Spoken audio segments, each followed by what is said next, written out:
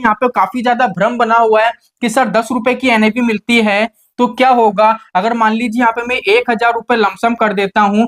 जब ये 100 रुपए का हो जाएगा तो सीधे सीधे मेरे क्या हो जाएंगे सर, 1 लाख रुपए की मेरी वेल्थ क्रिएट हो जाएगी। तो अगर आप इस तरीके से सोच के जितने भी एनएफओ मार्केट में आते हैं निवेश करते हो तो ये सिर्फ और सिर्फ आपकी बेवकूफी है, इसके अलावा कुछ भी नहीं है।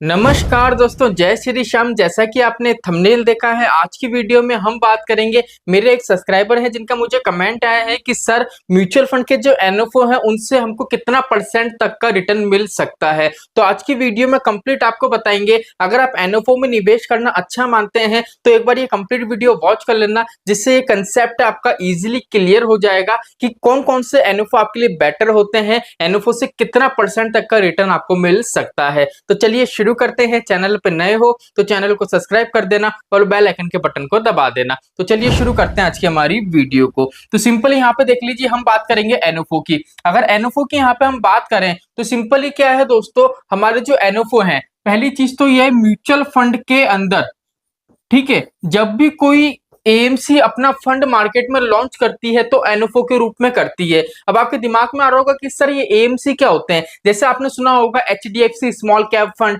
ठीक है, Parag Parikh flexi cap fund, Nippon India large cap fund, Quant mid cap fund, ठीक है। तो ये आगे का जो फंड का कंप्लीट नाम है, इसका आगे का जो पार्ट होता है, जैसे क्वांट, एचडीएफसी, पराग पारिक, निप्पॉन, एचडीएफसी, एचएसबीसी, ये जितने भी आगे के नाम होते हैं इसको हम कहते हैं एएमसी। और जो पीछे के नाम होते हैं, जैसे क्वांट स्मॉल कैप, तो स्मॉल कैप हो गई कैटेगरी और जो क्वांट है वो हो गई आपकी एएमसी। तो क्या होता है, जितने भी म्यूचुअल फंड हैं, म्यूचुअल फंड में जितनी भी आपकी एएमसी हैं, ठीक है, जब भी वो मार्केट में एक नया अपना फंड लॉन्च करती है तो किस रूप में करती है, एनएफओ के रूप में, ठीक है। आज आपने म्यूचुअल फंड में बड़े बड़े फंड देखे होंगे, जैसे क्वांट स्मॉल कैप हो गया, एचडीएफसी स्मॉल कैप हो गया, पराग पारिक फ्लेक्सी कैप हो गया, ठीक है। ये बड़े बड़े जितने भी फंड है, ये एक ना एक दिन जब भी लॉन्च हुए थे, किस रूप में हुए थे, एनएफओ के रूप में। और इनका भी जो स्टार्टिंग प्राइस था 10 रुपए का था। क्यों था? बिकॉज मार्केट में जितने भी एनएफओ आते हैं उनका जो इश्यू प्राइस होता है वो 10 रुपए का होता है। इसको इश्यू प्राइस इसलिए बोलते हैं बिकॉज करंट टाइम में ही आया है। जैसे मान लीजिए एचडीएफसी का कोई फंड है, अब करंट टाइम में क्या है, वो मार्केट में कोई नई स्कीम लेके आना चाहता है एनएफओ के रूप में। तो जब भी वो नई स्कीम लाएगा तो एक तरीके से क्या है, मार्केट में नया फंड ला रहा है, इसलिए उसको बोलते हैं इश्यू प्राइस। लेकिन क्या होता है दोस्तों, इसको आप दो नाम ले सकते हो, एक तो इश्यू प्राइस हो गया, दूसरा आप इसको बोल सकते हो एनएवी। दोनों में से कोई भी आप इसका नाम ले सकते हो। तो यहां तक का तो आपको कंसेप्ट समझ में आ गया होगा कि एनएफओ अब क्या होता है। लेकिन बात ये आती है कि सर एनएफओ में अगर हम निवेश करें तो क्या सच में हम फ्यूचर में अच्छा खासा कॉर्पस क्रिएट कर सकते हैं? एनएफओ कितने प्रकार के होते हैं कि हम रिटर्न बना सकते हैं? तो देखो, पहली तो बात आती है कि जितने भी एनएफओ आते हैं सभी के सभी निवेश करने लायक नहीं होते हैं। इस चीज को पहले समझो। एनएफओ मोस्टली दो तरीके के होते हैं। चलिए पहले मैं आपको बताता हूं, उसके बाद हम समझेंगे। एनएफओ की बात करें तो देख लीजिए, टोटल मैंने यहाँ पे बताया एनएफओ दो तरीके के, देख लीजिए। अब इसमें से जो पहला मैंने एनएफओ बताया है, एक है लार्ज कैप कैटेगरी का, एक है मिड कैप कैटेगरी का, एक स्मॉल कैप कैटेगरी का है, एक इंडेक्स फंड हो गया, एक मल्टी कैप हो गया, एक फ्लेक्सी कैप हो गया, ठीक है। मतलब ये ऐसे फंड हैं जो मोस्टली आपकी जो तीन कैटेगरी होती है म्यूचुअल फंड की, large cap, mid cap, small cap, उन सभी कैटेगरी से। जैसे अगर हम बात करें मल्टी कैप की बात करें तो मल्टी कैप किससे मिलकर बना है, large cap, mid cap, small cap. Flexi cap की बात करें तो फ्लेक्सी कैप किससे मिलकर बना है, large cap, mid cap, small cap, ठीक है। और कैटेगरी होती है जैसे लार्ज एंड मिड कैप हो गई, ठीक है। ऐसी मतलब ऐसी कोई सी भी कैटेगरी जिसमें घूम फिर के आपका पैसा लार्ज कैप, मिड कैप और स्मॉल कैप कैटेगरी में लग रहा है, तो वो जितने भी एनएफओ हैं उसमें मार्केट की किसी प्रकार की आपको दिक्कत परेशानी नहीं आएगी। अभी जब मैं ये वाला पार्ट समझाऊंगा, जब कंसेप्ट अच्छे से क्लियर होगा। चलिए एक बार इस पे आते हैं, जब इजीली आपको समझ में आएगा। सेकंड एनएफओ होते हैं आपके सेक्टोरल और थीमेटिक। अब सेक्टोरल और थीमेटिक क्या होते हैं? सेक्टोरल का मतलब होता है पर्टिकुलर किसी एक सेक्टर पे। जैसे आपने देखा होगा, ऐसे बहुत से फंड देखे होंगे जो फार्मा सेक्टर के होते हैं। तो मोस्टली क्या होता है, फार्मा सेक्टर का फंड है ना, तो वो पैसा कहां इन्वेस्ट करेगा, वो सिर्फ और सिर्फ उसकी होल्डिंग, जितने भी स्टॉक में अपना पैसा निवेश करेगा वो फार्मा सेक्टर में ही कर सकता है। थीमेटिक का मतलब क्या होता है, ये पर्टिकुलर किसी एक सेक्टर में निवेश ना करके एक थीम पे वर्क करता है। जैसे मान लीजिए आज आपको मकान बनवाना है, तो मकान बनाने के लिए आपको क्या क्या चीज की रिक्वायरमेंट पड़ेगी, वो जिस चीज की भी आपको रिक्वायरमेंट पड़ेगी, एक तरीके से क्या है, आपकी थीम हो गई कि मुझे मकान बनवाना है।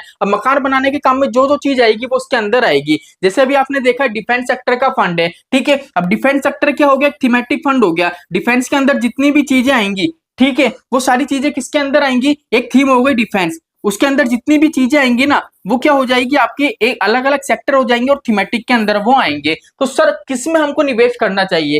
देखो पहली चीज तो है, अगर किसी भी थीमेटिक और सेक्टोरल फंड में आप निवेश करते हो तो यहाँ पे सबसे बड़ा जो आपको इम्पैक्ट देखने को मिलेगा वो मिलेगा, मान लीजिए अगर गवर्नमेंट चेंज हो जाती है तो यहाँ पे सबसे ज्यादा आपको इम्पैक्ट देखने को मिलेगा। हो सकता है इसका रिटर्न खराब भी हो सके और हो सकता है इसका रिटर्न अच्छा भी मिल सके, ठीक है। और सेकंड चीज है, अगर आप थीमेटिक और सेक्टोरल फंड में निवेश करते हो तो यहाँ पे क्या है, आपको ये फंड्स ऐसे फंड होते हैं जो तेजी से ग्रो करते हैं, तेजी से ऊपर जाते हैं और सडनली कुछ टाइम ऐसा आता है बिल्कुल भी रिटर्न नहीं देते, नेगेटिव रिटर्न देने लग जाते हैं। लेकिन यही हमारे ऐसे फंड हैं जो देख लीजिए मैंने लिखे हैं, large cap, mid cap, small cap. यहाँ पे चाहे आपकी गवर्नमेंट चेंज हो तो भी कोई इंपैक्ट नहीं पड़ेगा, बिकॉज आपका पैसा है। अगर लार्ज कैप में लग रहा है तो लार्ज कैप में भी अलग अलग कैटेगरी में, अलग अलग सेक्टर में आपका पैसा निवेश हो रहा है। यहाँ पे किसी प्रकार की बाउंडेशन नहीं होती है फंड मैनेजर को कि आपका पैसा है आपको इस सेक्टर में नहीं डालना है, उस सेक्टर में नहीं डालना है, पर्टिकुलर इस सेक्टर में पैसा डालना है, ऐसा कुछ नहीं होता।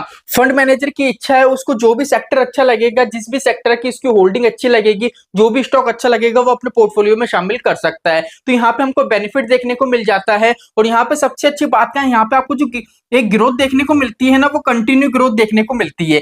इनकी क्या होती है, कछुए की चाल होती है, धीरे धीरे आगे बढ़ते हैं लेकिन इनका ग्राफ ऊपर की तरफ बढ़ता है। लेकिन मोस्टली हमारे जो ये वाले फंड होते हैं, जैसा कि मैंने आपको बताया, यहाँ पे क्या होता है, सेक्टर की बाउंडेशन होती है। अगर कोई फार्मा सेक्टर का फंड है तो नॉर्मल सी बात है वो फार्मा सेक्टर में ही पैसा लगा सकता है, चाहे फार्मा सेक्टर का मार्केट कैसा भी हो। चलिए अभी करंट टाइम में बात करें डिफेंस सेक्टर की, तो डिफेंस सेक्टर की अगर बात करोगे तो बहुत ज्यादा ओवर वैल्यूड हो रहा है, इसलिए आपने देखा होगा तो उसका मार्केट अभी सही नहीं है, बहुत ज्यादा नेगेटिव रिटर्न वो इन्वेस्टर को बना के दे रहा है। लेकिन फंड मैनेजर कुछ नहीं कर सकता भैया, नॉर्मल सी बात है, थीमेटिक फंड है तो पैसा तो वहीं लगाना है, तो फंड मैनेजर को घूम फिर के पैसा वहां निवेश करना ही पड़ेगा। अब जिस भी निवेशक ने वहां पे पैसा निवेश करा है उसके पास दो ऑप्शन है, या तो वो थोड़ा वेट करे, होल्ड करे, या अपना पैसा निकाल ले। लेकिन अगर आप इस तरीके के एनएफओ में निवेश करते हो तो एक अपॉर्चुनिटी आपको देखने को मिलती है, ठीक है। तो यहाँ से क्या है, आपको काफी ज्यादा ग्रोथ देखने को मिलती है। अब मान लीजिए आपने डिफेंस सेक्टर में निवेश कर दिया जो एक थीमेटिक फंड है, अब नॉर्मल सी बात है उसमें आप 5 साल से ज्यादा नहीं टिक पाओगे, क्योंकि 5 साल बाद क्या होती है, आपकी गवर्नमेंट चेंज हो जाती है। अगर गवर्नमेंट क्या है, अगर फंड है, अगर जिस भी स्टॉक में पैसा लगा है उस स्टॉक के हिसाब से अगर गवर्नमेंट आती है तो सही है, किसी प्रकार की दिक्कत परेशानी नहीं है। लेकिन मान लीजिए अगर गवर्नमेंट है कुछ इस तरीके की आती है जो काफी ज्यादा चेंजेस करती है, तो क्या होगा, यहाँ पे आपको भारी गिरावट देखने को मिलेगी। लेकिन जो हमारी ये वाली कैटेगरी होती है, चाहे गवर्नमेंट चेंज हो, चाहे आपकी मार्केट में क्रैश आए, यहाँ पे क्या आपको थोड़ी स्टेबिलिटी भी मिलती है। जैसे मान लीजिए आपका पैसा लग रहा है मिड कैप के अंदर, मल्टी कैप के अंदर, तो मल्टी कैप के अंदर भी क्या होगा, आपका पैसा large cap, mid cap, small cap में लग रहा है, तो स्टेबिलिटी आपको यहाँ पे देखने को मिलती है और यहाँ पे रिटर्न भी आपका अच्छा खासा जनरेट हो जाता है। तो अब बात आती है कि सर एनएफओ में निवेश करें या नहीं। तो देखो पहली चीज तो ये है, यहाँ पे काफी ज्यादा भ्रम बना हुआ है कि सर 10 रुपए की एनएवी मिलती है तो क्या होगा, अगर मान लीजिए यहाँ पे मैं 1000 रुपए लमसम कर देता हूँ, जब ये 100 रुपए का हो जाएगा तो सीधे सीधे मेरे क्या हो जाएंगे सर, 1 लाख रुपए की मेरी वेल्थ क्रिएट हो जाएगी। तो अगर आप इस तरीके से सोच के जितने भी एनएफओ मार्केट में आते हैं निवेश करते हो तो ये सिर्फ और सिर्फ आपकी बेवकूफी है, इसके अलावा कुछ भी नहीं है। बिकॉज ऐसा नहीं है कि कोई भी फंड अगर 10 रुपए की एनएवी पे लॉन्च हुआ है तो वो 10 रुपए से ज्यादा पे ही लिस्ट होगा, इस चीज को समझो।